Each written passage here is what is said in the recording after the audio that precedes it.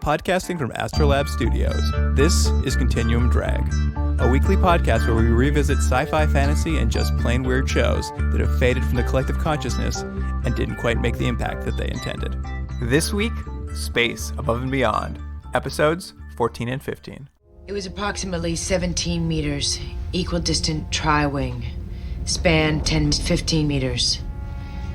Angle of attack was much more pronounced than standard enemy attack spacecraft.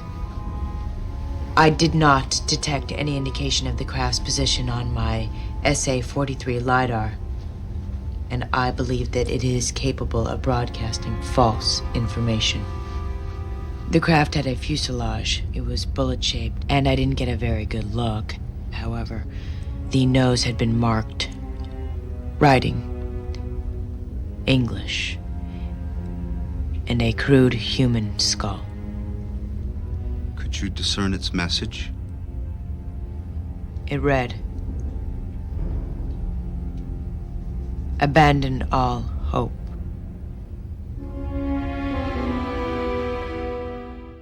Welcome to Continuum Drag, the podcast that is recording remotely from Jordan's farmhouse in parts unknown this week. I'm Luke, here with my co-host Jordan. What's real, Jordan? Well, we were talking earlier, and I was going to start with saying I have a bit of a sore back. So if I was a Chiggy man, I would definitely not be bending over. It's good, right? That's very good. Thanks. But also, this is our first time, as we were saying last night, this is our first slumber party episode. Yeah, slumber party edition. Very exciting. Yeah. We're not wearing pajamas, though, unfortunately. All right, Jordan. I understand you have some housekeeping for us before we get started. Yeah, well, there's a few things from some comments and some emails that came in from some listeners, and I just thought I'd go through quickly of some of the comments they made of some mostly just mistakes that we've made. Go for it. I can't wait to hear what they are. So I wrote them down. In one episode, I referred to the Crypt Keeper as the Grim Reaper. Oh, really? Yeah, but I don't even know what episode that was. It must have been Justice League, because that guy was in the Crypt Keeper from Justice League. Was he? Anyways... we call him the Crypt Keeper. You, in one episode, referred to Aaron Taylor Johnson. I believe it was one when we were recasting a movie, and you said you thought he'd be good. I think it was A Harsh Realm. It must have been Harsh Realm. Anyways, you called Aaron Taylor Johnson Aaron Tyler Johnson, which I think is really, who cares? Well, but... I mean, I'll apologize to the super fan out there. I'm sure they've got posters on their walls, and it was really irritating. You used the phrase in one episode, gas to the metal, which is not a phrase, as the phrase is pedal to the metal. But I think the same idea is, you get the idea. I think there's a few episodes where I mix up acronyms or euphemisms, and then just like that, acronym euphemism, I don't know what anything means. And then this one, I think I mentioned this to you before off the air, but it's not really fair because it's just your particular accent, which we all have, and you call Green Lantern Green Lantern. Green Lantern. Yeah, see, you're saying Tren, not Green Lantern. That's just, yeah, Green Lantern. Green Lantern. Oh wow, you can't even do it. It's just an accent thing. You just weird. have, yeah. Is that how a lantern's? Don't you? It's no lantern. You say lantern. But is it something different than a lantern? No, it's the same thing. It's just how you pronounce it. Oh, weird. Yeah. Okay. Yeah. So again, not really a fair note. It's sort of like saying like, "Hey, you English person, you call it a hobby nobby or whatever." You know? I do call it a hobby. Yeah, hobby nobby. Oh, and then the last thing I had written down was, which has been pointed out now by several guests and other people listening, that we constantly called Wong Wang and Wang Wong, and we never know what we're doing. And I'm sorry. I think this is more my mistake because I have a problem with names. Also, I don't care. So those two things combined. But yes, one is Wang and one is Wong. Which one's which? Wong wrote the show. Wang's the star. All right, I got it. No more mistakes from here on in. Easy. I think I saw one in an email about Doug Hutchinson? What's his name? Hutchinson, I believe. Doug Hutchinson, Chucklebot. He, I think we at some point were talking about what he was in the X-Files, and I think you might have called him Combs. Oh. Coombs? Tombs. But yeah, apparently it's Toombs is the right name. I mean, what are you going to do there? And speaking of Wang Wong, apparently some people are upset that we've been calling her Damp House occasionally instead of Dampus. Oh, Dampus? Well, I think that might fall under the pronunciation once again, or our accents. I honestly, I know I'm doing it, and I'm just lazy. So I'm just gonna call her. It's easier to just say Damp House. I'm just gonna call her Dampy. Dampy, like Wanger. Yeah, Wanger, Dampy. Wanger, Dampy, and the Hoss. Who's the Hoss? I guess West, maybe. Yeah. No, he's Worst. That's his nickname. W-U-R-S-T, because he likes sausage. Yeah. All right.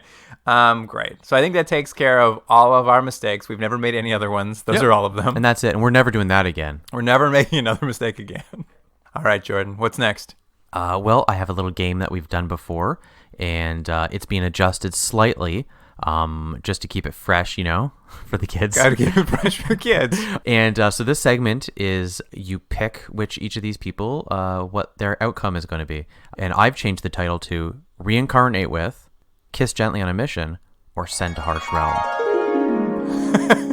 Trying to call back to a couple of our shows, All right.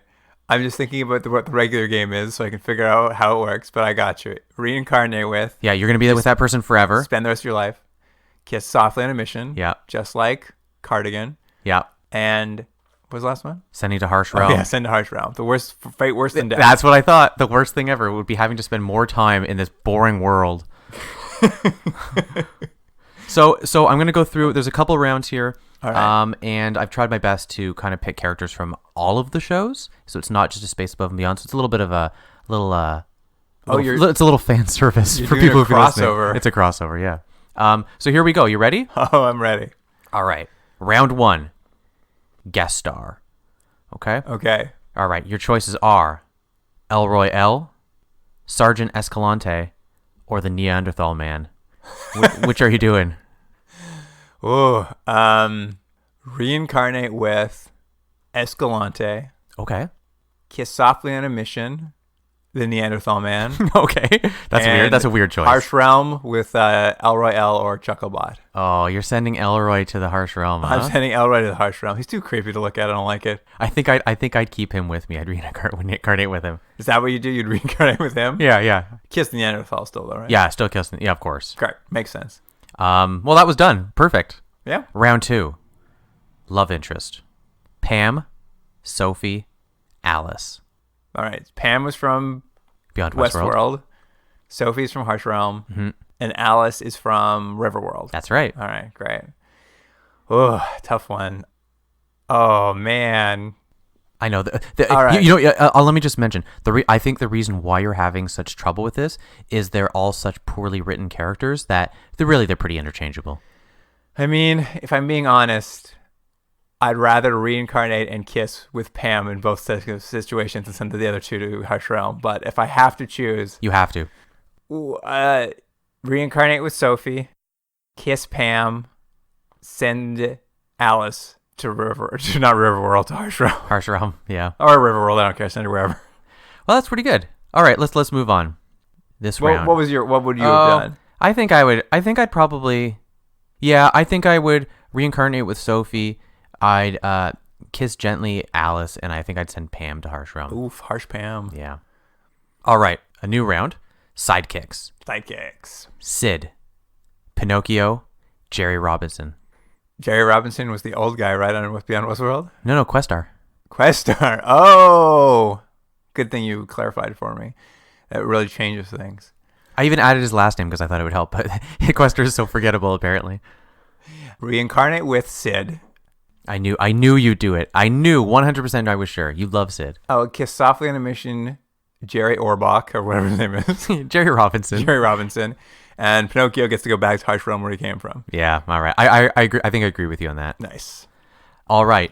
Robotic/alien character. Questor, Hawks, Monat.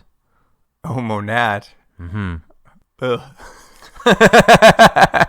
He was a fish man on Riverworld. Yeah, you don't want to kiss that. I definitely don't want to kiss that. All right. I'm going to reincarnate with Hawks. I'm going to kiss Questor because he's fully functional. And Monat's going off to Harsh Realm. All right. This round, villain. The Weatherman, Simon Quaid, Conrad Lowell.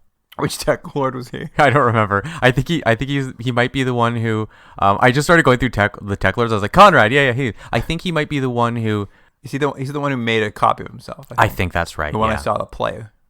Yeah, that's right. That's right. Yeah, yeah. Well, I know what he looks like now, so that helps. All right, I'm going to reincarnate with Conrad Lowell.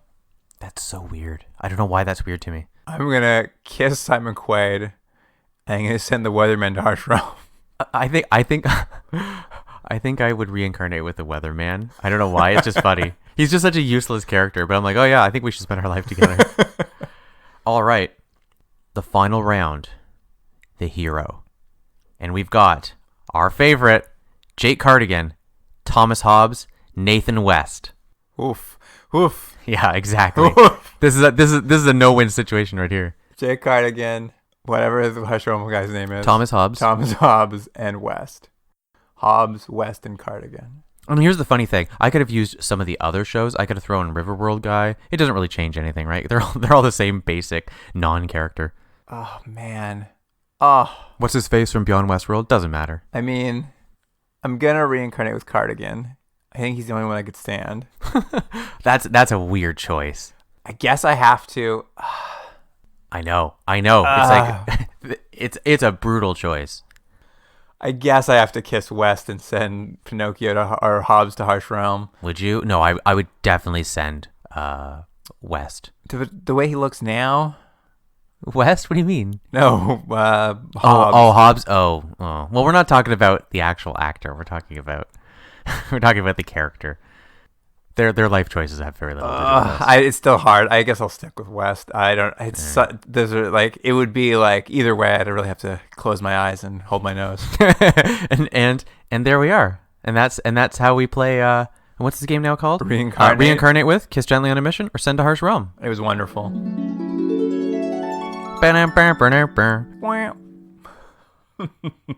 Good work, Jordan. I loved it. Thank you. All right, so we get into episode 14, Never No More. Never No More. Let's do it. Here's the summary. Well, a Chig stealth fighter is killing off squadron after squadron with impunity. Vanson has to deal with a failed relationship from her past. That summary was courtesy of Keith Is Me. Oh, man. He loves this show, huh? Keith has given us a lot. Keith. It's a very weird name. It's like you're in an auditorium shouting for him. Keith. All right. Well, it starts off with a squadron, the 42nd Squadron, and they're headed to the Saratoga to join the rest of the 5th Wing because they've all been recalled for a mysterious offensive. Mm-hmm. But what happens to them, Jordan?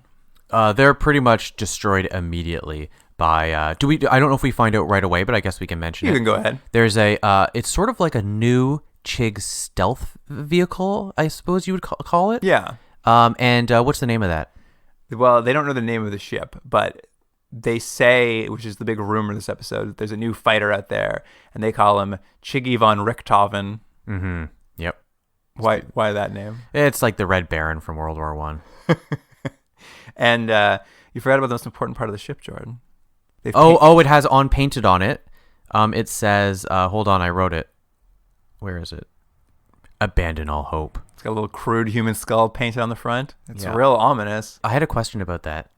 So they wrote it in English? So it's clearly a message for humans, but they understand English enough that they can like write the alphabet properly and know what phrases mean? Well, they might have used the silicates to do it. That's true. Okay. Yep. I think that's what they did. I do think what we're finding out though is they found one of those paint silicates and they like took his fingers off and he has like spray paint cans and he just sprayed it on. The Banksy bot. Right, yeah. But yeah, that really kicks off the episode. We've got this fearsome new villain who's out there just easily destroying hammerheads. And here's the funny thing about this. You've seen this kind of episode before, not even just science fiction, but they set up an almost impossibly perfect villain. Like you're like, this guy, you can't beat him. There's no way you can beat him. And it's like, but you know you're gonna have to beat him at some point. So it's gonna kind of be a bit of a cop out because like they make him so unbelievably invincible in this. Like he's just flying all around the squadrons, just destroying them like it's nothing. Yeah, I mean, I didn't not buy it. The one thing they've said about the Chig versus Hammerhead ships is that their ships the human ships are far more maneuverable. And I just felt like maybe the Chigs finally like came up with a better ship, right. And now the strategies now don't work as well. I didn't hate it. I thought it was reasonable. I didn't hate it either. I thought they set him up to be this sort of like, you're never going to beat this guy, and it's like, but you know he's going to get beaten at some point. True. How about the new opening credit sequence? Oh, okay, we mentioned this, I think, in the last episode. I had said that I was pretty sure the Hawks by himself episode was a sort of mid-season, let's try to get viewers back in kind of episode.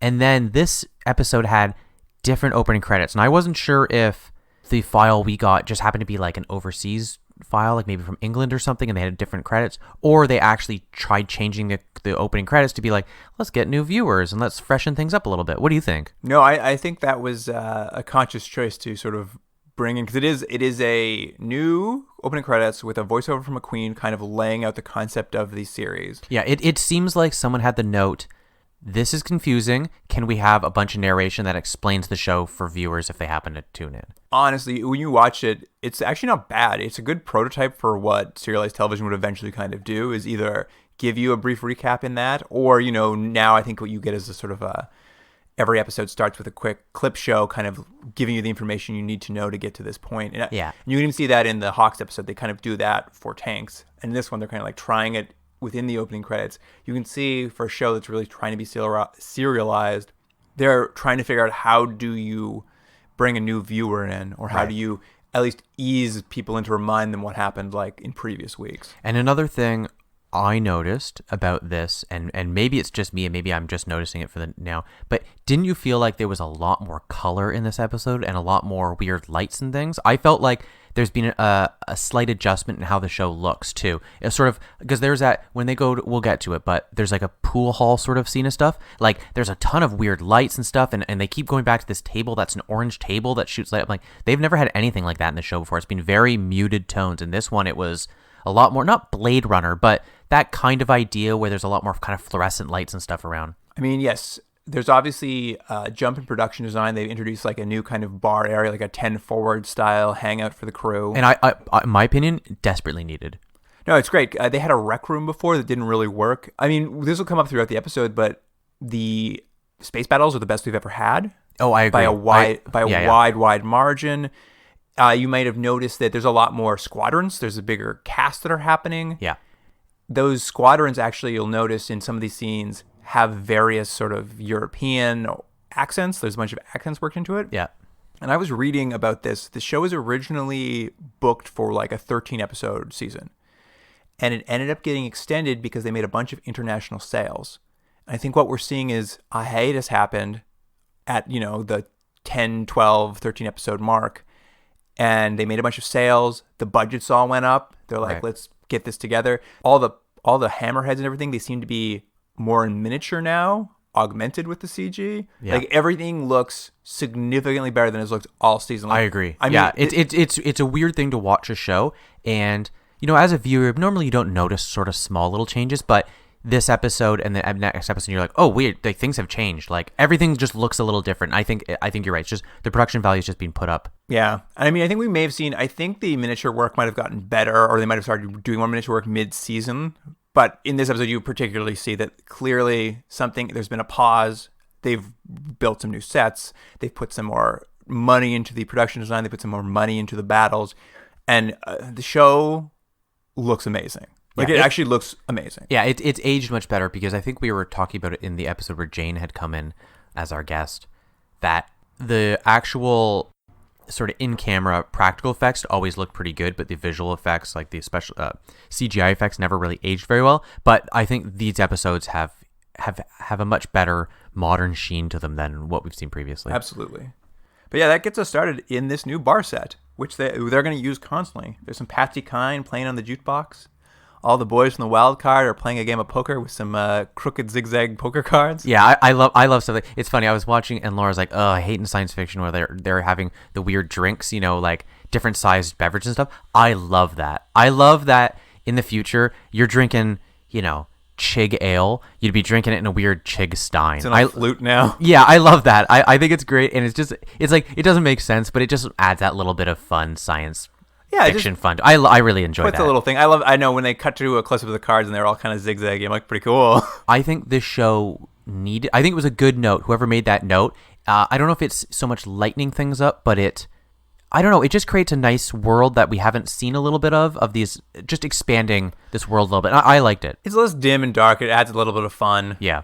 For sure. While the boys are playing poker, the girls from the 58th, Vance and Damphouse, and the continuing to be a part of the crew, Winslow. I know. It's so weird. I was sure she was just going to be this character who's a one-off, and she's been in like 3 episodes, and not more. Weirdly, a welcome addition, I think. I actually am like, yeah, this is a fine character, and she's not in the opening credits, but I'm like, they could phase her in, no problem. I mean, it doesn't help that they're probably giving her more to do in the last few episodes than maybe Damphouse has had in a million years, but she's like their Ro Laren. Yeah, kind of. It is very funny because they're at this bar, and I guess they have drink chits. They only get so many drinks a month.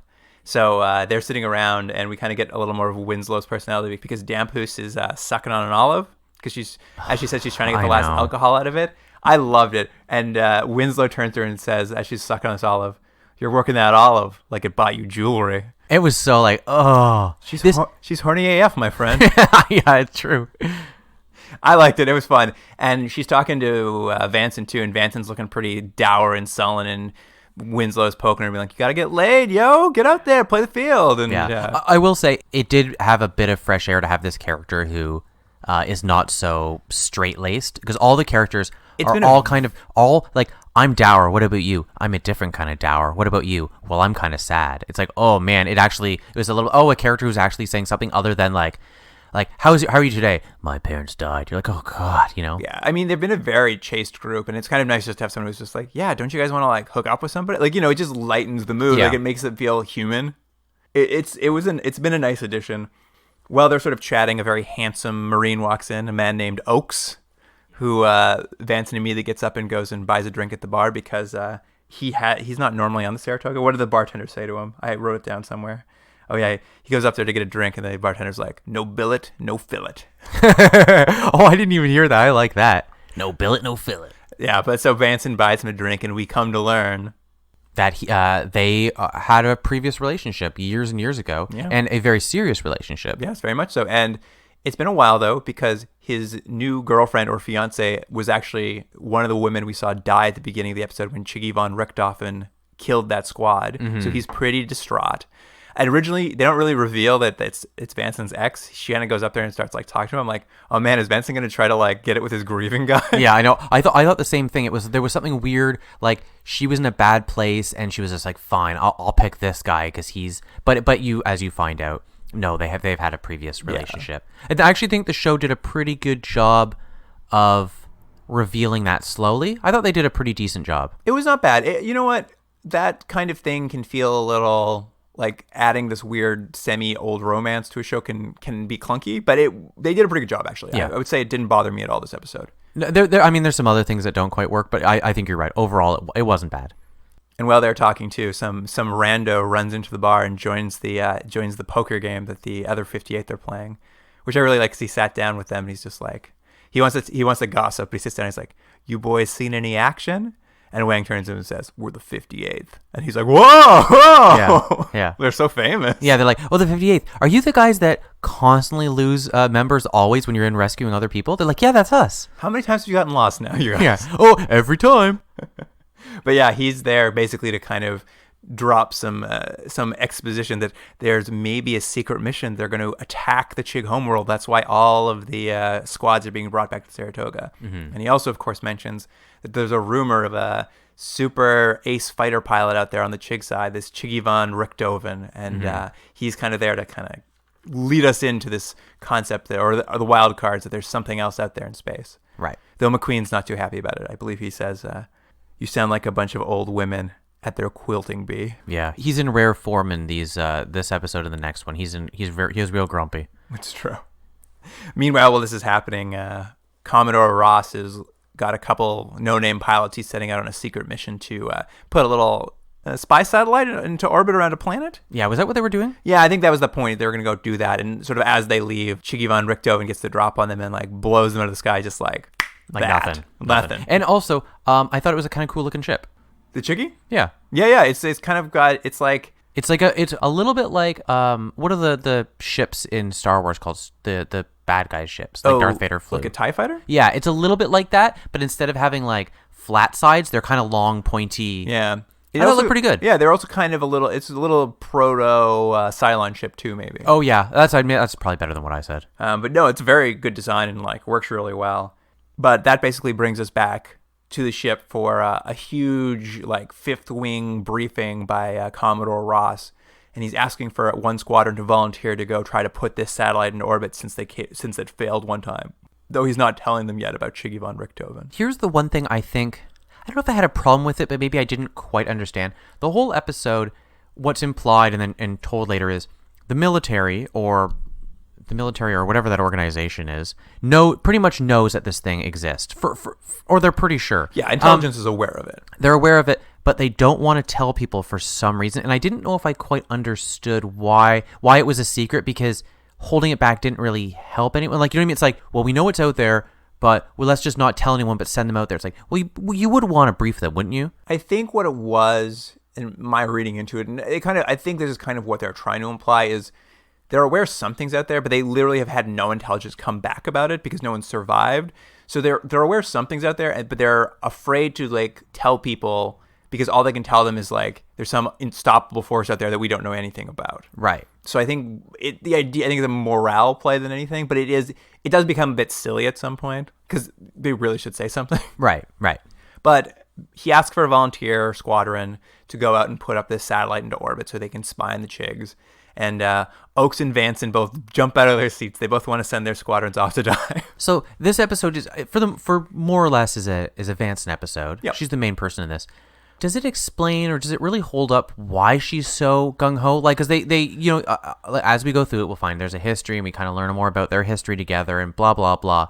But I don't know if that ever explains why she wants to prove herself so competitive with him. Competitive with him. Like, I'm like, but that was never really revealed in any of the flashbacks. Yeah, I mean, maybe we can talk about this flashback now a little bit, but there is a brief flashback just after this volunteer session where we see Vanson at a graduation party. Is that a high school graduation she was at? I know. I laughed. My note was, she hasn't aged a day. Yeah. It's that funny thing where she's probably playing, let's say 10 years before, and she's wearing like her Gatillion dress or whatever it is, and she's like looking out over the water at the moon. They're in San Diego where she lives. Yeah, wherever it is. And it's like, I think they're implying it's the end of high school. But what's weird about it, and this episode has a weird thing with the time, is that it kind of looks like it's the 1950s a little bit, like the way they're dressed, and they're listening to 1950s music. And they do, to be fair, they go like, it's music from 80 years ago. But it is like they're going for that feel, like that old 1950s romance that, you know. It was a themed graduation.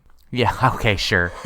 Sure. Do you know what I mean? They're going for that particular feel. Yeah, well, they're giving you old feel so that they can cover up the fact that she's not 10 years younger. It's just like, yeah. This is clearly back a ways away. So anyway, she's looking over the water. He comes over, and they're basically talking about their relationship. And the gist of the conversation is he wants to either marry her or have her say, yes, you're going to be with me forever. And she just can't do that. Yeah, he proposes. Yeah, and she's just like, no, I don't know what I want. Like, it's not even that she says no. It's that she can't guarantee that she will be with him forever. He has a real problem with that. And then I think they dance. Isn't that what happens? Yeah, well, he puts on a piece of Patsy Cline music that his parents got engaged to.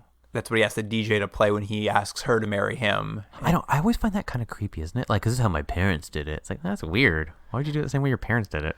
Isn't that what you're supposed to do? Didn't your parents teach you how to get engaged?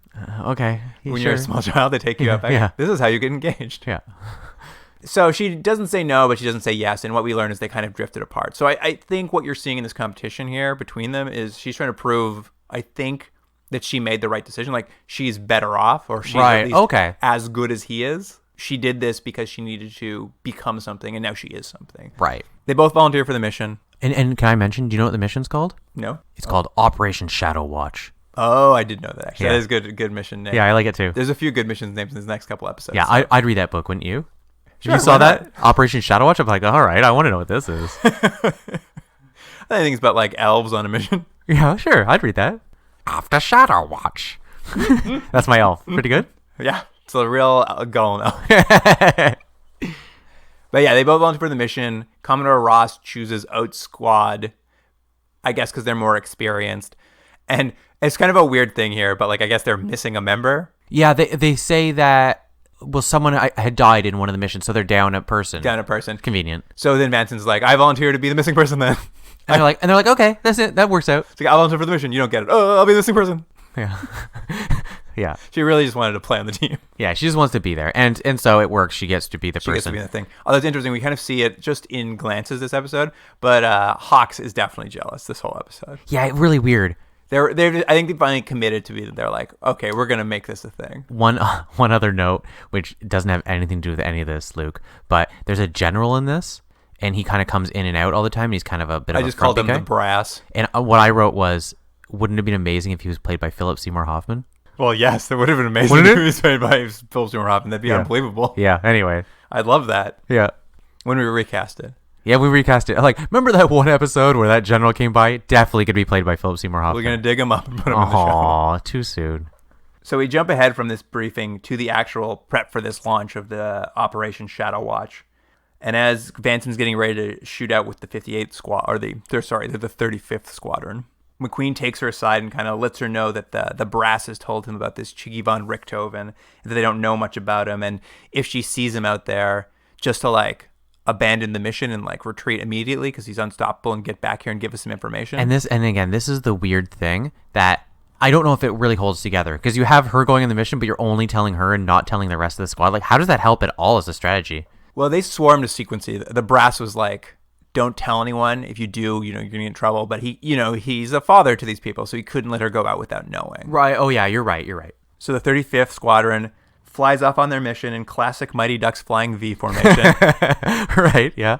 It really was. It was a V, and then Vanson's in the middle, just like a flying V. You like skate down the center, and then you get the goal. Side note, that is the worst hockey strategy ever, the flying V. Hey, it worked in 3 movies. If I was coaching and someone did that, I would love for the opposing team to come up with a flying V. What a terrible strategy. You know what I always wished? I always wished when they started the Mighty Ducks hockey team that they'd try that once or twice. Right, they just like, as like a little homage to the movie. Yeah, just like beginning one inning. Beginning of the inning, yeah.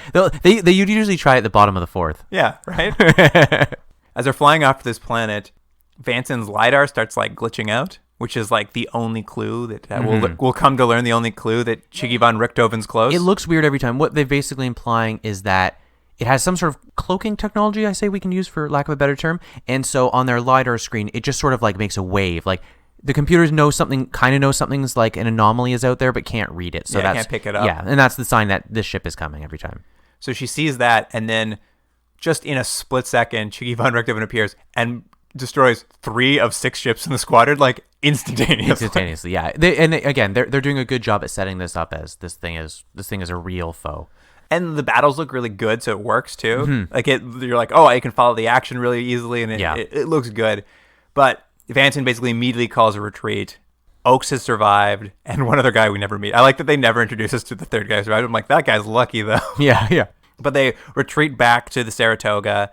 Oakes is a little bit pissy about it because I guess a little bit. He's really pissy about it. I guess Vanson upset his command by ordering a retreat when it wasn't her place. It's a very silly moment where what they're showing is that he's not really angry about that. He's angry because he has residual anger towards her. So he's taking this some small slight very, very seriously. And they get in the fight, and what I like about the fight is they kind of argue about it, and then Hawks and West, I think it is, get kind of involved, and then what's his face? McQueen comes and just grabs her by the arm and like pulls her off like she's a toddler. And he just takes her out of her. He just grabs her by the arm and just pulls her and takes her out of the room. Like, that's enough for you. Well, it's because she saw Chiggy Von Richthofen. Like he walks her directly into the Brass's headquarters, where she stands over that glowing red table that like lights them from the bottom in red, and explains what she saw and basically confirms everything about this fighter they didn't know. Also, could you get any work done on that desk? No, it's just for show. Yeah, it looks great, it's fun, but there's no way you'd be able to work on that desk. You'd be like, guys, the lights are burning my face. It's when you're the boss and you call someone into your office, you flip that on and just like really intimidate. Yeah, right. And yeah, she sort of fills in everyone about what she saw, and now they really have a little bit of intel on what this super fighter is that's out there. And they kind of imply that she was able to take a photo of it or something, right? Because they show a photo later, and I'm like, do the ships have like abilities to take pictures? Because there's like a grainy sort of like Loch Ness monster photo of this thing, right. You know? I guess, like I said, there's always taking photos. You can take photos of someone's psychic powers. Right, it's true. Yeah. Why can't you take photos of a physical object? You don't know that people would just be using the ships to take selfies. On a mission. On Shadow Watch. On Shadow Watch. Yeah. Hashtag Shadow Watch. Yeah. Really bad for military intelligence. Yeah. But that's okay. Then we jump back to the bar for a little more poker. And they got the fun drinks. I actually wrote, my note was, I like the weird space drinks. More was my note. And this is really just back there because Oaks, the ex, is going to walk back in and take Vanson aside and put on some Patsy Cline on the jukebox. He's going to apologize, and she's going to apologize to him. They don't necessarily make a love connection, but there just seems to be, they seem to find some closure or something together. Yeah, well, the only thing I thought was weird is they go to dancing real quick. Like, they're talking, and then she just, like, in the middle of the conversation, she just takes him and starts dancing. But I was like, that's a weird turn. Yeah, I mean, I guess they still have feelings for each other is the idea, but they never really sorted it all out. My note for this scene was, I'm bored with their love connection. Go fight that cool ship. Well, that's what happens right now. That same rando from the beginning runs into the bar and announces that Chiggy Von Richthofen is real and that the military just announced it's true and there's a new mission to go on. Is this where West gives that one guy a patch? Yes, because they all get together for another briefing. Do you remember what this operation was called? No, I don't. What is this one? Operation Red Baron. Operation Red Baron. Yeah, exactly. That's the elf again. All the squads are going to go out there. They're basically going to act as bait. Like, they won't know where Chiggy Von Richthofen is until it appears. And as soon as he appears, they'll just send squads at him to try to get him, basically. Oaks, because all his squad is dead, joins the wild cards. And this is where it happens. Yeah. There's in this military, there's just it's really easy for move from one squadron from another. They're just always filling in holes. But yeah, so West goes over and is like, you're one of us now. And he gives him a patch. I think it's the wild cards patch. Wild cards patch, yeah. Which he didn't earn. Well, he's one of them now. I don't know if he is. He danced with Vanson. Yeah, he danced with Vanson. Also, we didn't mention real quick when Vanson and that team are going out in their first mission. There's a really weird scene where both Hawks and West are just sitting, looking at them at the peanut gallery, as if they're like I think it's supposed to be like they're like an audience member kind of watching, but it kind of just looks like they're like watching surgery, from those old surgery auditorium sort of things. This is a running theme of these two episodes is there's always just shots to Hawks and West standing way in the background, just kind of watching the action, just from way back. I know. What weird? You meant to be in those casts, oh, am I in the scene? Yeah, you're in the scene. You're just standing way back there, just watching. You're watching what's happening. You're like the audience. Yeah. So they launch this mission, Operation Red Baron, and we kind of jump to with this one squad. This is where we kind of get a bunch of international accents in the squad as they're flying. Yeah.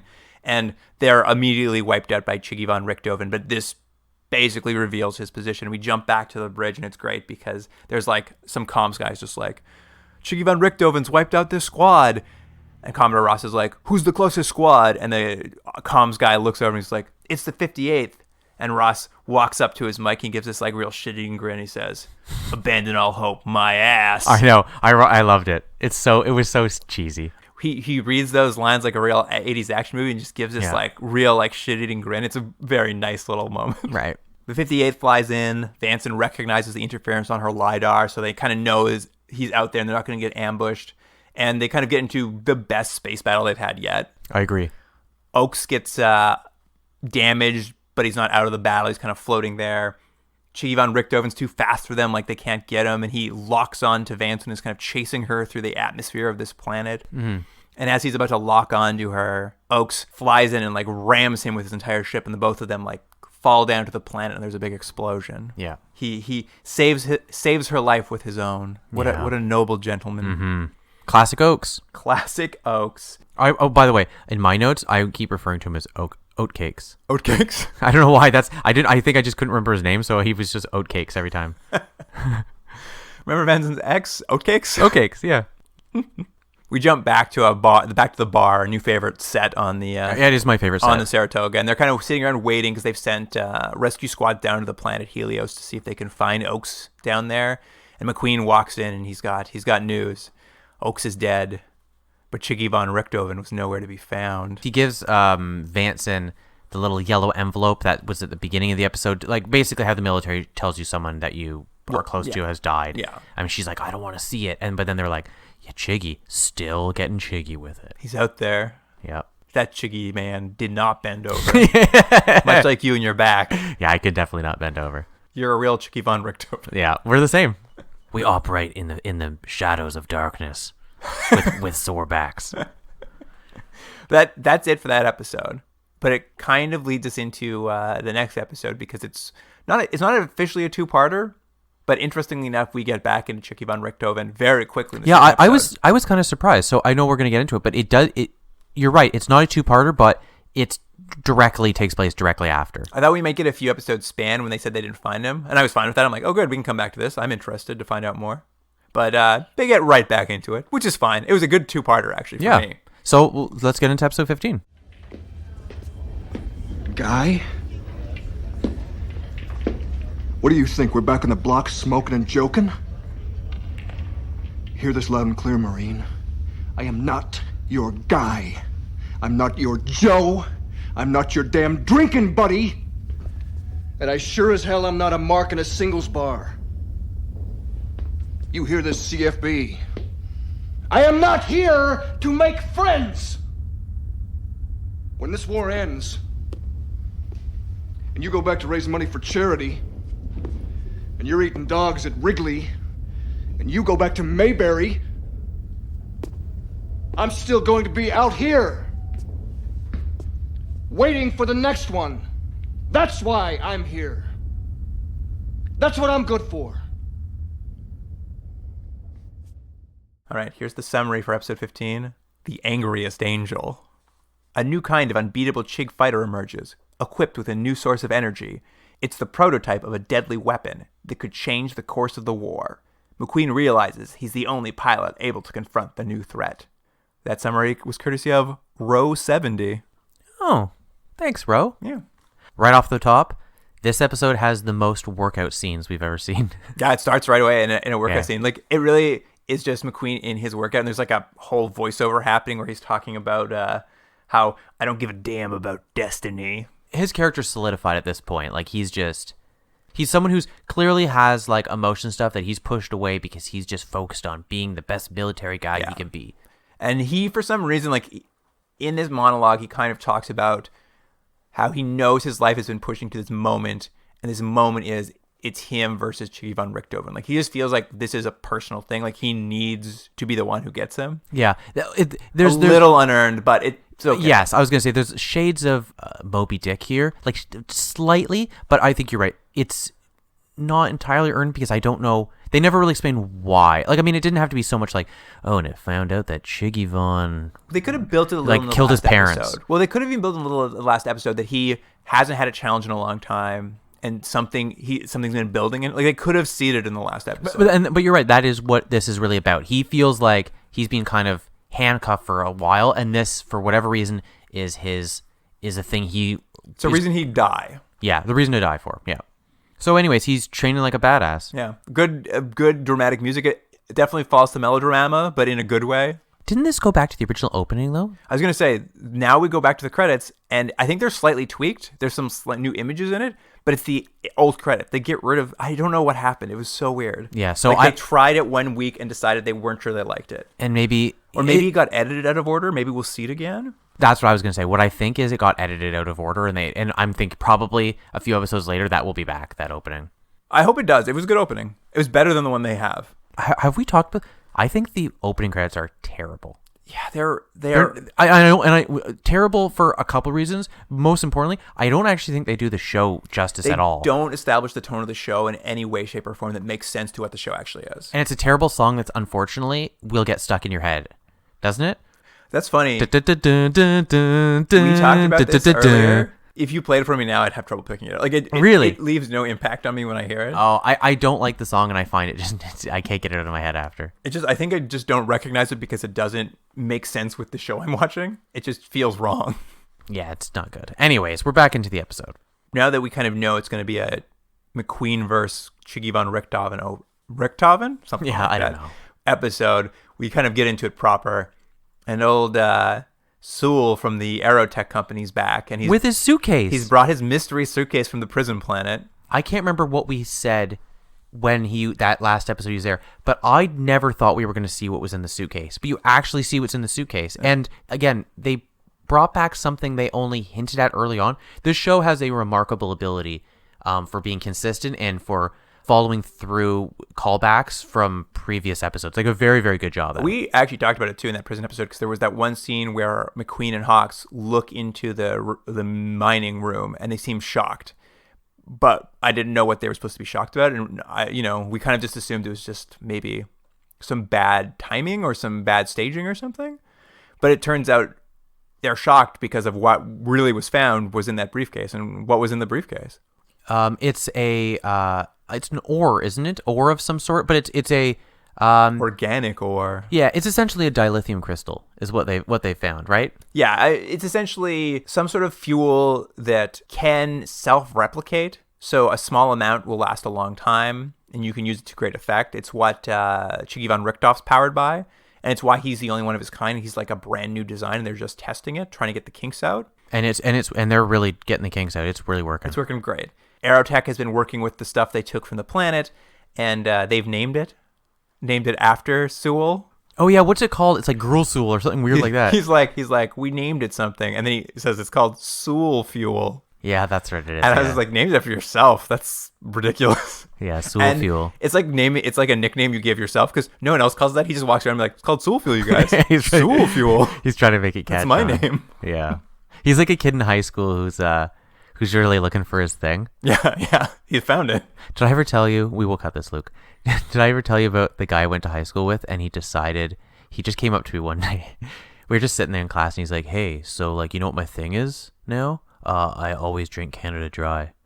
And that was his thing. And I was like, what? Like, his thing was he decided he only drank ginger ale. And so the next day and the day after that, he'd always be walking around with like a 2-liter thing of ginger ale, which is way more ginger ale than anyone needs to be, because it was clearly like he was trying to have this catch on. And then I think he just gave up after a day or so, because you can't walk around with 2 liters of ginger ale and drink that much pop and feel like a good person. I mean, I appreciate that if he had just done it by the can, it would have taken a lot longer for anyone to notice. So he went like, he's like, I'm going for it. Yeah. Very extreme, very quickly. Yeah. Anyways. Sewell Fuel. Yes, Sewell Fuel.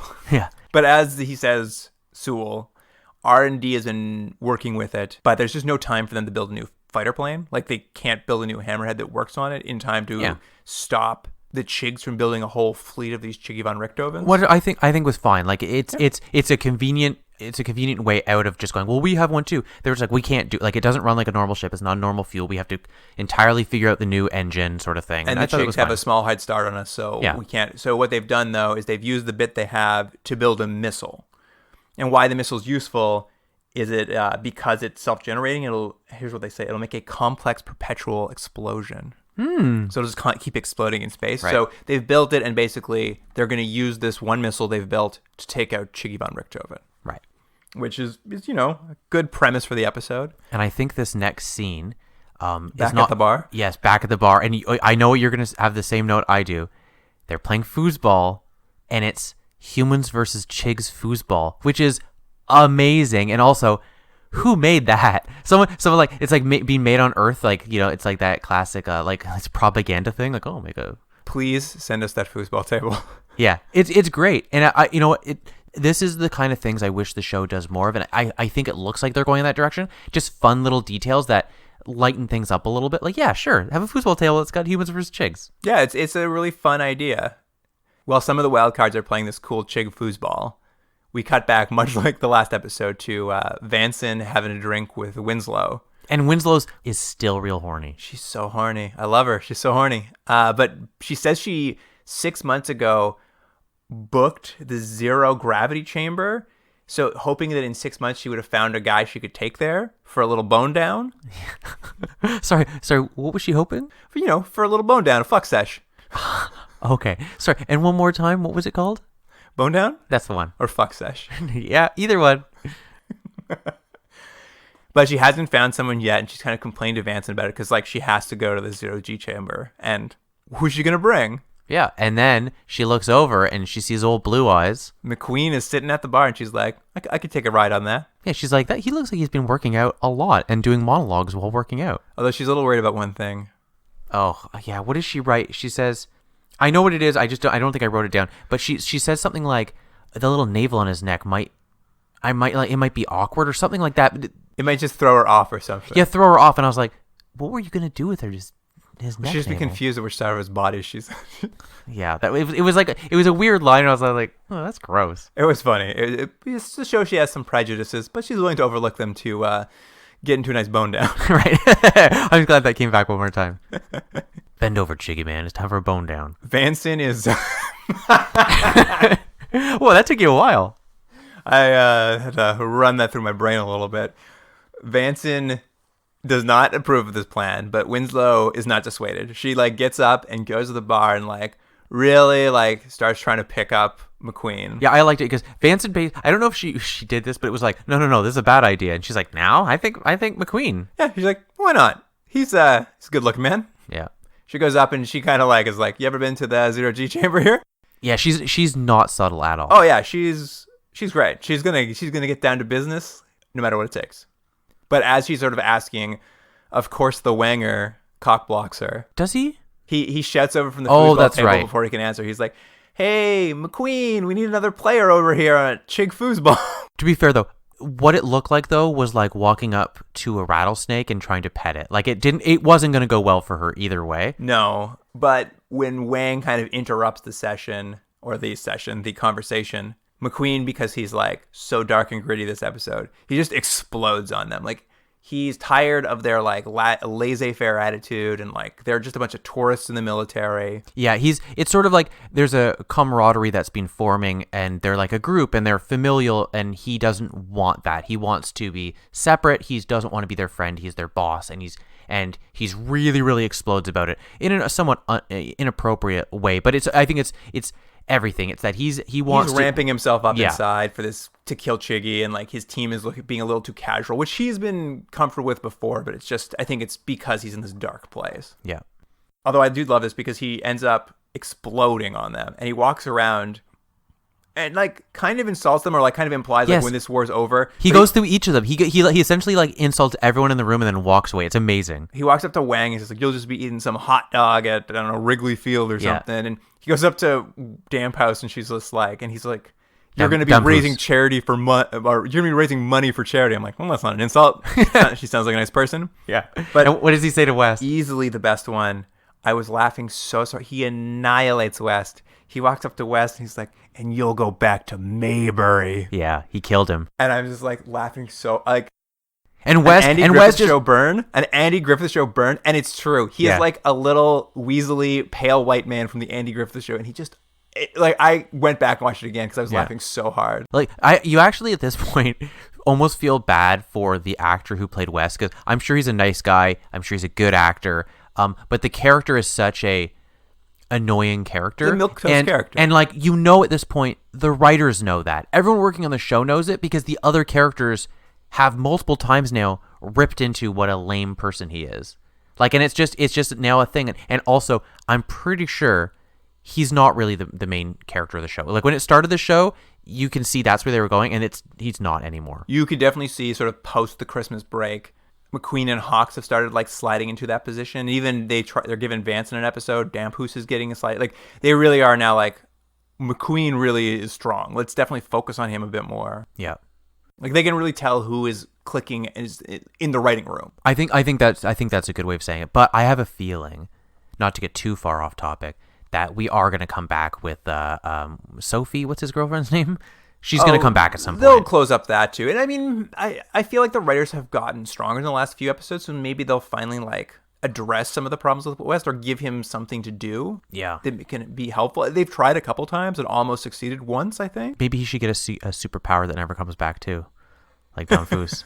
Because trust me, her superpower has not come back. It's true. It's. I mean, we may never see it again, but it was a nice idea. I actually kind of liked it. I thought it was something interesting. Anyway, yeah. I digress. Anyway, that ends it. There's a great burn on West, and we move on with the rest of the show. And what we kind of see going forward is that because McQueen wants to go after this like Chiggy Von Richthofen so badly, he kind of goes to talk to Commodore Ross and the brass, and they're like, "You can't go after him because you were injured as an angry angel in the battle from the first episode." Right, and what is no, I didn't catch it, and I didn't go back and watch it. He has some sort of implant that helps his mobility or his balance or something. What is it? He apparently how he's injured. He has ocular nerve damage. So I think what's happened is like something in his eye and ears was damaged in the original fight. So they've installed a chip behind his ear that basically gives him back his stability. Like right. it's basically like broken his stability, like whatever that is in your head, like that allows you to have the ability to walk and not fall over. He has some sort of inner ear condition. Yeah, he has an inner ear condition. But he can't fly a hammerhead with it because if he does, his head will explode. Like I kept thinking like, oh, he'll be a little bit wonky on his feet, but they're like, oh no, you're gonna die, sort of thing. Well, if he flies with it in there, they're like, your head will explode if you fly with the chip in there, or something along those lines. Like something terrible will happen. Right. So that's maybe so that I can, you know what, I didn't catch it at the time, so I understand now. So that's why he's a little bit excited to get on a plane because he's not even be able to fly. Yeah, he's not even able to fly, and he kind of promises them, he's like, if you let me go after Chiggy Von Richthofen, I will get it surgically removed. And they're like, they don't agree to it, but he's like, it's a deal, right? It's a deal, and they're like, I don't know. He keeps pushing it, and all the they kind of just ignore. They don't answer him and hope it goes away. Yeah, that's basically like, oh, okay, yeah, we'll talk about it later. And he's just like, oh, seems good to me, and just keeps going forward with his plan. Because he's so amped up. Actually, we see a little bit now of his home life, his little what do you call it? His bunk, his quarters on the ship, and he's like, it's not Spartan, but it's kind of Spartan. Sparse, maybe. Mm-hmm. He's got a copy of the Iliad. He's got some bonsai trees, some paintbrushes and books. He's a real Renaissance man in his apartment. In fact, Winslow comes by to kind of apologize to McQueen for trying to pick him up and sort of being like, you're right, I was too familiar. And didn't it seem like, I know because what they were showing is that she's now being like really professional, but it was really weird how she was talking. Like she was speaking in like the third person. Oh, I think that was because McQueen does it too. Later in the episode I think that's how you speak to a commanding officer. Right. You refer to yourself in the third person and like really like subjugate yourself. Because later McQueen will do something similar. He's very angry, but he'll only refer to himself as like in the third person when he talks. Right. Anyways, I thought she was going over because they were going to have what kind of session was it again? Sort of fuck sesh? That's right. A bone down? That's right, yeah. No, she's there to apologize. She's a good soldier. I really liked it though because he puts a CD into what looks like the CD deck in my 1998 Tercel. Yeah. It's like mounted into a table and he slides the CD into it. I'm like, I think that's in my car. Yeah, it's don't they call them the optic discs though? Yeah, I think they do call them. Yeah, in the last episode with Patsy Cline, they're like, we have the whole collection on our optic disc. They don't have digital files. Yeah, it's all on the cloud. Yeah.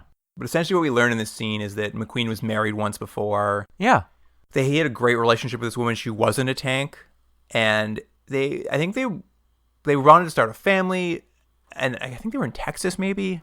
Essentially, though, she couldn't take the kind of, I don't know, what would you call it? The racism against tanks, the like prejudice against tanks. Yeah, they're basically, so it's like some sort of mixed marriage. Yeah. Where he was fine with it, but it was too much on her. But don't they mention that like he's like, I can't have children because of a war wound? And I wrote like, what a Hemingway character he is.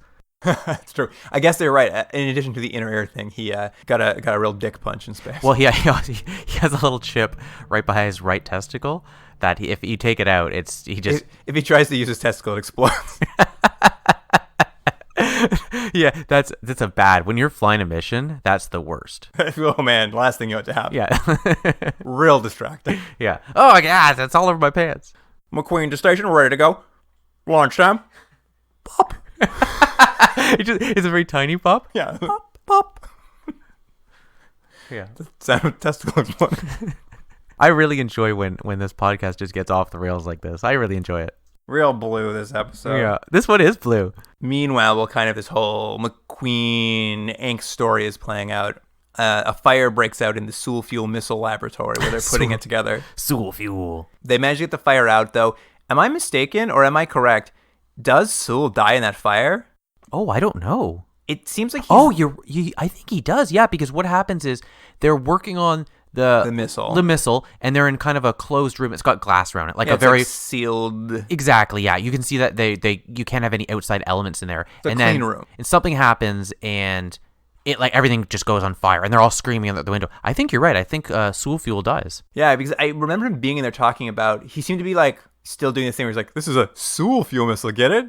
Start using it. Start using this name." Yeah, and it was just rolling their eyes at him. But yeah, it bursts into flames. They all die inside. And yeah, I think Sul's dead. There's a fire chief that comes by, like the captain of the fire squad of the Saratoga comes in. This is where that patch comes from, I bet you. The patch? Remember we talked about all the patches on the internet? Oh, yeah. One of them was like for the fire brigade on the Saratoga, and there's a woman who seems she's a fire investigator. She's there just talking about the fire. Right, and you've mentioned this before. Like, how big is this ship? Like, It's huge. I mean, you got that much specialization. Yeah. It's got to be gigantic. But basically, all this amounts to there's a saboteur on the ship who tried to destroy the missile. They're now rebuilding it because it didn't go off. It was safe. Yeah, they said because it's kind of like wasn't armed. Yeah, it was a workaround. I think it's like it operates at a different heat temperature, so everything got destroyed except for the actual fuel. So they're rebuilding it, and as they're rebuilding it again, the comms in the bridge picks up someone crawling through the vents, and someone remotely, I guess, not detonates, but arms the missile. Mm-hmm. And now there's a big search of the ship trying to find out where the saboteur is. Yeah. Which leads to the 58th running around with guns, and they go onto a transpo ship, and they pull up the grating, and who's hiding in the grating? Who's our saboteur? Chucklebot. Chucklebot is back. Elroy Ray, what's his name? Elroy R? Elroy L. Elroy L. Yeah. It's great because they pull the grating off the floor, and he's like laying underneath it, and he like licks his lips at Wang, and he says, "Ollie, ollie, oxen free." Yeah, he's a real creep. He like, you're right. Doug Hutchinson can play a real creep. He like, it's so gross when he licks his lip. It's not even like you're licking your lip like you're wetting them. He just like pulls his tongue out and like just touches one part of his lip real gently, like. Yeah, he's gross. Yeah, but he's right. Weren't you happy to see him though? Oh, it was great. Yeah. I was really happy because they would cut to Wang's face, and Wang's face was like, "Whoa." Yeah, Wang was feeling the same way about that lick lip as you were. He's like, "Oh, I remember that." He's like, "That's for me." Now that he's captured, Wang and McQueen are set in to interrogate Chucklebot. Yeah, this was weird. Like, who authorized this? It's like, hey, remember that guy? Remember that guy that just tortured you? Do you want to maybe interrogate him in a professional manner? Like, yeah, I'll do that. Professional, Very you professional. say? It's kind of interesting. There's a little backstory dropped in here. Kind of talks about the 2054 Ho Chi Minh City Convention on the Treatment of AI Prisoners of War. Oh yeah, that's right. Which is what he was kind of talking about before, right? Like when he was with Wang torturing him. And Chucklebot really knows his the legal stipulations of everything he does. Apparently, I feel like that's what we're supposed to get from these silicates is they know all the rules and they like to like bend them and use them against people. Right. There's sort of this big discussion about what his rights are. And then he's like, "Oh, you guys are really mad at me. Oh, I get it. You met a different model of Chucklebot. That wasn't me. I'm a good Chucklebot." Yeah, which at first I was like, does that work? The real problem to that lie is that he clearly has that part of his face ripped off. I'm sure there's a bunch of different Chucklebots, but I don't think they all have the exact same scarring where their like cheek is ripped off. So not the greatest job there, Elroy. Well, it's funny too because McQueen immediately proves him wrong by grabbing his hand and pulling his finger off where he's got his little torture finger. So it's just like, oh yeah.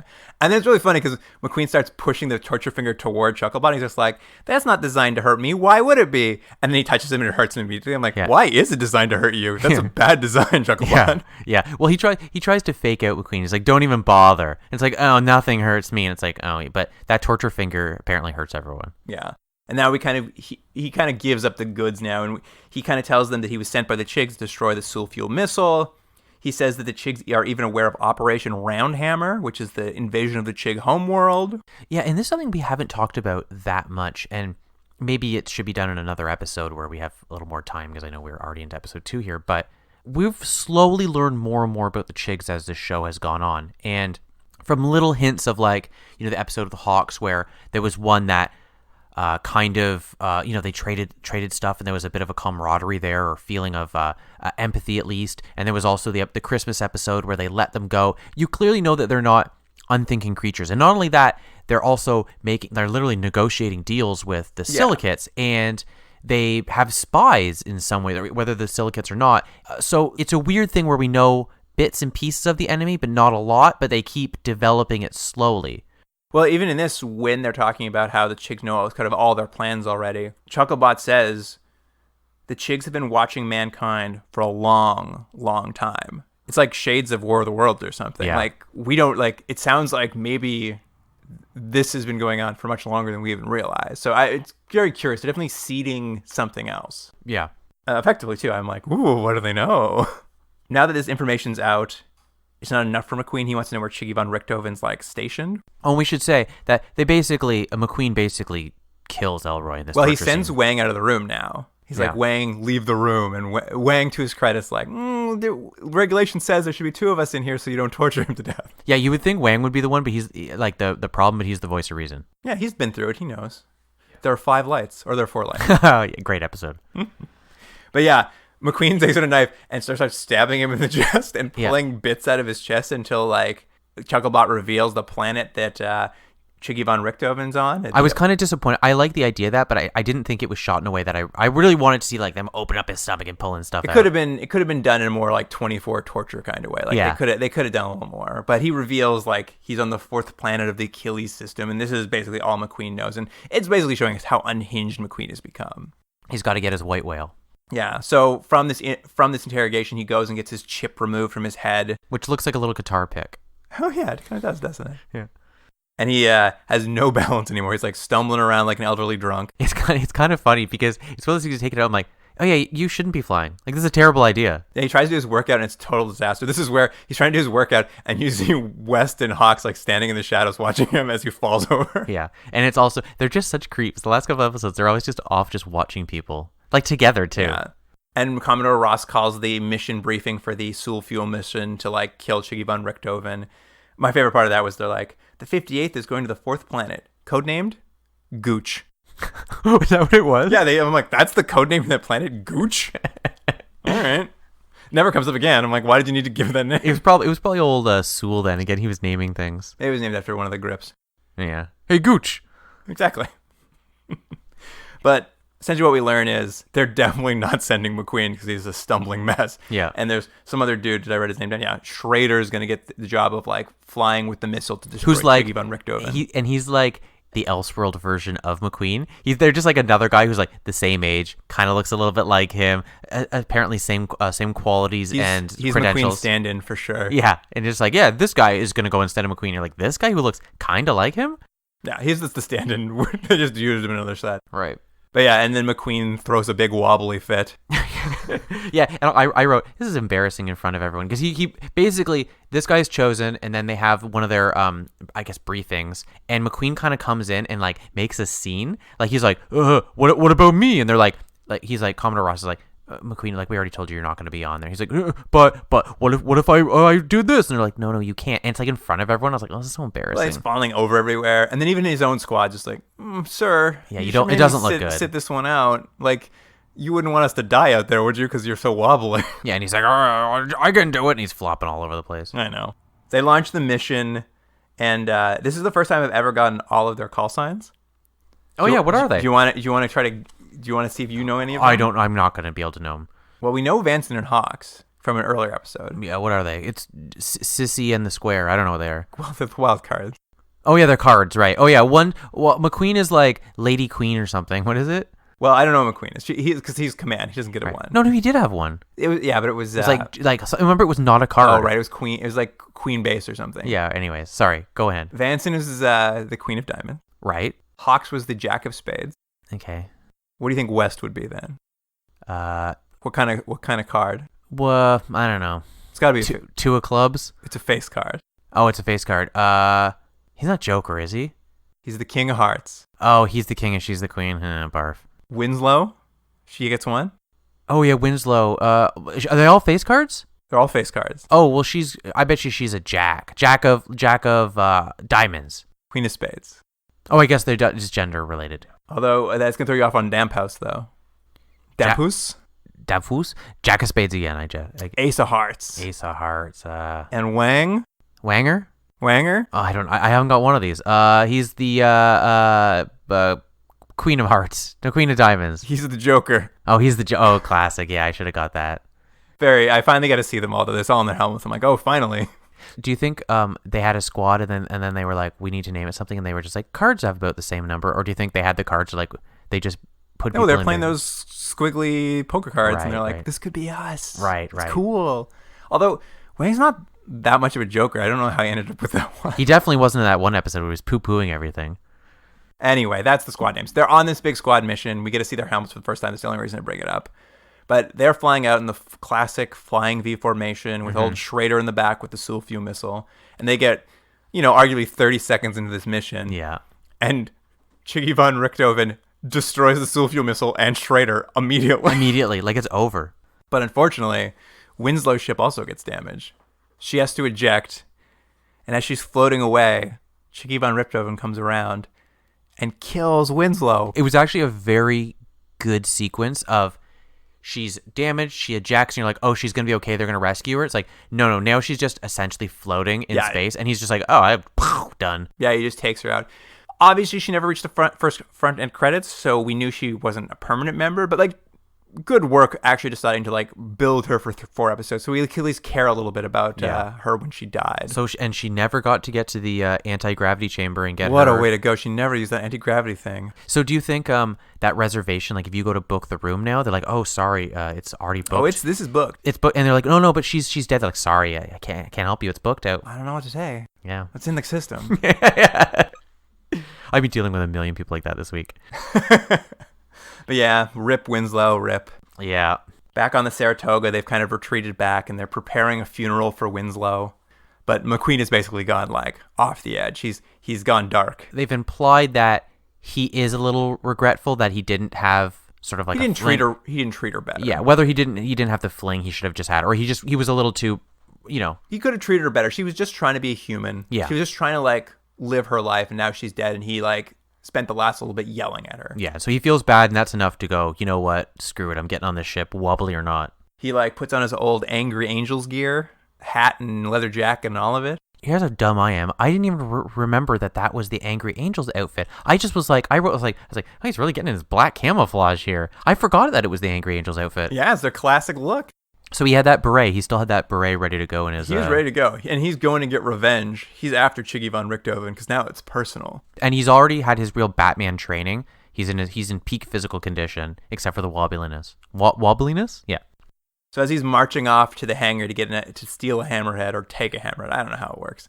He bumps into the funeral on the way. Everyone on the way to the funeral. It was great. It was. I don't know if it was meant to be funny, but it was the most awkward thing. Can you imagine that you're supposed to be at like? It's like he cut school and then he bumps into the class. You know, that's what it was. Well, literally the principal's there. Commodore Ross is there. Like, oh, aren't you coming to this funeral? And he's like, no, yeah. I'm like, aren't you wearing your like clearly like pilot outfit? No, yeah, but look over there. Well, it's funny because Commodore Ross is kind of like, I don't want you to go, but he's not saying no. He's like, I'm gonna let you do this, but like I'd rather you wouldn't. It was very similar to an earlier episode where West was wanting to go look for his girlfriend, and McQueen was like, yeah, I'm gonna say no, but I'm gonna look over this way. It was one of those. Do you remember their dialogue of this section? Do you want to do it together? We could do it together. You have to remind me though. All right, I'm gonna give you your lines. I'm Commodore Ross. Okay. Yeah. Ready? That's what I say. Okay. I'll be a son of a bitch if I go to your funeral, Ty. Yes, you will. But we'll talk about your mother when I get back. Oh, yeah. I forgot about that. Yeah. Such a good line. And it gets a laugh, too. Like, it gets a laugh out of Commodore Ross, too. Yeah, he loves it. I was just like, it took me a second. I'm like, whoa, what was that? Yeah. Good one. Good one, you guys. Good job, writer's room. Mm-hmm. It's weird because they have this moment and they're like, all right, he's going to go. And then they kind of repeat the beat, though, because the chaplain then stops him. Yeah, I just thought that was a weird scene. I was like, why is this in there? This is stupid. Well, it's just weird because they repeat the beat, basically. The chaplain stops him and says, don't go out there. Think of God. Think of your maker. And he's just like, my maker was a geek in a lab coat. Like, he just gets a chance to do another zinger. Yeah, and it's like, I know, it's like, but we already did it. It was such a weird, like, coda to a scene that like really ended on a funny little line, and it was like, that's all you needed. And then it's like, one more.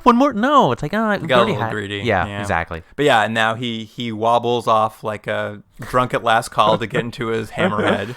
Just like such a bad idea, clearly. This has to be his character from now on. Like, it's just like weird Leslie Nielsen-esque sort of like comedy in the background. He's just like falling over in the middle of very serious scenes. And this leads to our final conflict. He launches his ship. He's a little wobbly, but he kind of gets his space legs. But the Chig ship may be fueled by Soul fuel, but McQueen is fueled by anger. That's right. He's so angry. He's just propelling that ship on anger. Yeah, they kind of have this great head-to-head battle. They're like flying at each other, zipping around, shooting. They're like getting close calls. And McQueen manages to get behind old Chiggy Von Richthofen.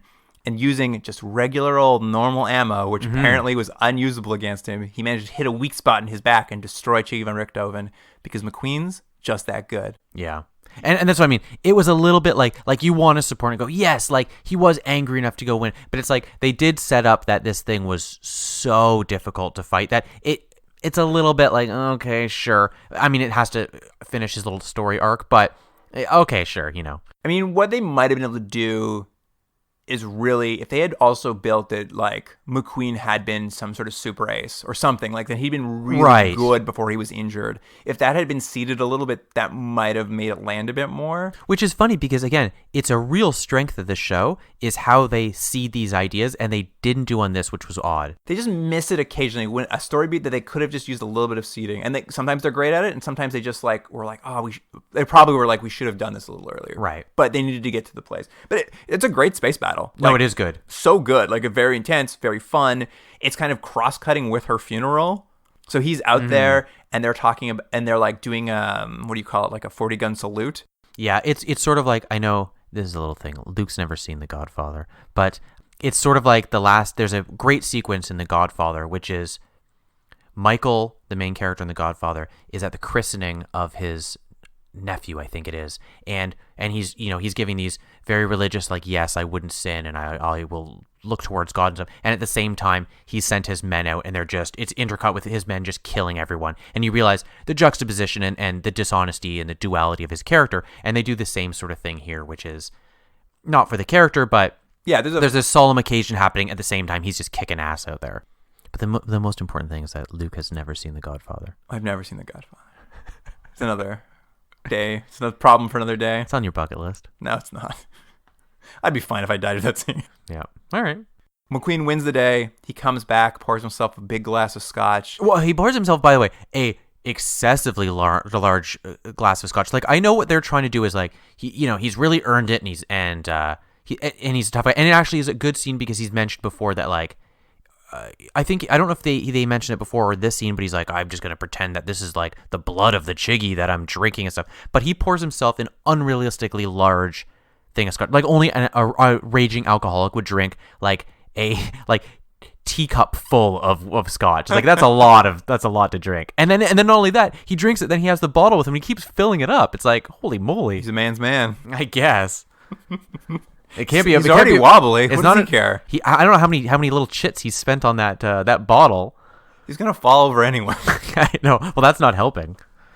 But yeah, he has a glass of scotch, and he has a bit of a moment where you go back to that voiceover from the beginning, where he kind of not questions why anything is, but he's just like, Winslow's dead, Chiggy Von Richthofen's dead, and he's like, what's the point of any of this? Like, it's kind of that remorse, that lament of the soldier. Mm-hmm. But that wraps up the episode, and it kind of ends there, and it was a good episode, though. Yeah, I thought it was pretty good. I know Winslow wasn't a regular character, Jordan, but, in the tradition of Sid Gomez, should we give her a forward eulogy? Sure. How do you want to do that? Oh, I've got one prepared, so I'll give you a second to think about it, but in Tech War... I actually forgot what you meant. A forward eulogy. Holy, I got to think about it now. Yeah, in Tech War, when Sid Gomez died, they revealed that his thing was you shouldn't say too many words at someone's funeral. So you should just be able to do it in 4 words. Eulogize them in 4 words. So for Winslow, here is my eulogy for her. Upgraded extra, always horny. Okay, I've got mine. I thought about it. Loved anti-gravity intercourse. Those are good. Yeah. God bless her. She was fantastic. I'm sorry to see her go. And you know what? I completely forgot about the forward eulogy. We really missed the chance for all these different characters that died in Harsh Realm and stuff. We should do it for everyone. Well, I thought we'd only use it for like characters who like were lead characters. And Winslow doesn't quite fit the bill, but she was around long enough. Yeah. I mean, you could make the argument for Sewell, but fuck that guy. Sewell Fuel. Yeah. Any thoughts? Do you want to do the final thoughts? Do the ratings? I thought these were, I mentioned to you as we were talking this week, working long hours and when you're really tired at work, sometimes these can be a bit of a slog to get through. And I had one of those weeks where, I was watching these late and I was very pleased that they were good episodes, or at least better episodes than some of the previous, because I don't know if I would have been able to get through them. And I was pleased. I think... Well, we'll go through it. I like the second episode, even though I think there's it's structurally a bit of a mess. But let's go for the first one. They've always never landed perfectly, but these are some of the best they've ever done, I would say. Like, these are, if I were going to tell right now of the episodes we've watched, these are the 2 I'd tell someone to watch. These 2, really? What would you give the first one? I think it would give, even though there were some clunky bits, and I would say normally I wouldn't enjoy a past romance episode, it worked across the board for me. I'd give it an 8. I give it a 7. I think it wasn't quite there, but I think it was a like you said, it was better than I thought it would be on paper. Because like it was the kind of flashbacks to the 1950s dance was kind of cheesy and stuff. But I thought it was a pretty decent episode. Yeah, they only did it once though, and they just used it to like give you the information you needed. I honestly, I really thought I would dislike that storyline a lot more than I did, and how it worked with the kind of unstoppable new villain. It worked for me. That's why I give it an 8. Mm-hmm. All right, what about The Angriest Angel? My original review was a 7.5. But as we talked about it a little bit more, I think I even like it a little more. The only reason I think I gave it a 7.5 is because not all the elements like really work all together. Like I think they didn't do enough with the reveal of El Rey, or whatever his name is. I thought you could have done a little more there, and that almost could have been its own episode of like him doing a sabotage thing, and some things kind of feel jammed in. So 7.5 is what I thought. But as we kind of talked about more, I think I even like it more than I did when I watched it. So I'm going to change my review to an 8. I see what you're saying. There are definitely elements that are a little shaggy that don't quite work. I think it helps that McQueen and the actor who plays him is so strong. He's probably is the strongest of the cast. And I think that's become evident for the people writing the show. He's able to make up for some of the shagginess or some of the maybe a little bit of slightly unearned elements because he's able to at least build something into it emotionally. I know Winslow was a bit weird with like, I don't know if she's weird. I liked what they were doing with her. I thought it was fun. I thought she was a fun character. And she in the last 2 episodes really came into being for me as like someone I wanted to spend time with and enjoy on the show. So I'm giving this a 9. The highest rating I've ever given an episode because I'm like, this might be the best episode they will produce of this show. Yeah, you might be right. I think is this the highest review I've given? I think it is the highest I've given too. Could be. And I quite honestly, if someone was just like, I'm only going to watch 2 episodes of this show just to like get a sense of what it was, I'd be like, you know what, just watch these 2. They're a good 2-parter. They're both focusing on good characters and they work. And they're not the show. And I'm really hoping this is a turn. The show has dialed down the dourness and up the action a little bit, and I think it plays well to this kind of show, or what this show could be. It's not the most intellectual science fiction show, but it can be a much more fun action show, and I think when they do that, they do it well. They can bring a little heaviness in it as long as they keep that lightness on the side. It works. Right. It really kind of and I'm really hope they go back and play more Chig Foosball. Like, they desperately needed that room, and I hope they use it a lot more. Yeah. Give me some more Commodore Ross and McQueen trading barbs back and forth. Yeah, exactly. They're great together. So, as we know from previous episodes, we're nowhere near using the escape pod, but I'll give us a little brief look at where we are series average-wise, just to be total clarity. Mm-hmm. We're at like 6.77. It's pretty high. You know what? If the show keeps going with this kind of quality, it will be a shame. I think the series average will be low as a result of some of the early episodes, but like, it's clearly getting so much better. Yeah, the show, I mean, you can really, it is like, if someone's like, oh, what would you give this show overall? Like somewhere, it's like a 6-7. Yeah. You know? Yeah, I actually think we talked about this last week, I'm surprised it's so low now that I've seen the last like maybe 4 episodes. But it's just because I think it had a lot of trouble finding its feed. Yeah. Anyway, that's about it for the show, I think, the podcast. So I guess if you want to get a hold of us and talk more Continuum Drag or Space Above and Beyond, which is probably what you want to talk about, not this stupid podcast. How do you guys put it together? Whoa. How do you guys get that easy chemistry? Yeah, what do you look like? You can email us at continuumdrag@gmail.com. Of course, follow us on Instagram and Twitter where we're posting images and talking to people about Space Above and Beyond books and all kinds of junk out there. Mm-hmm. Yeah, lots of stuff on Twitter. Yeah, Twitter, Instagram, we're really making a go of it. Better work than we do on this podcast. Sadly. Thanks for listening, everybody. And Jordan, see you next week. Yeah, go back to Mayberry. Aw.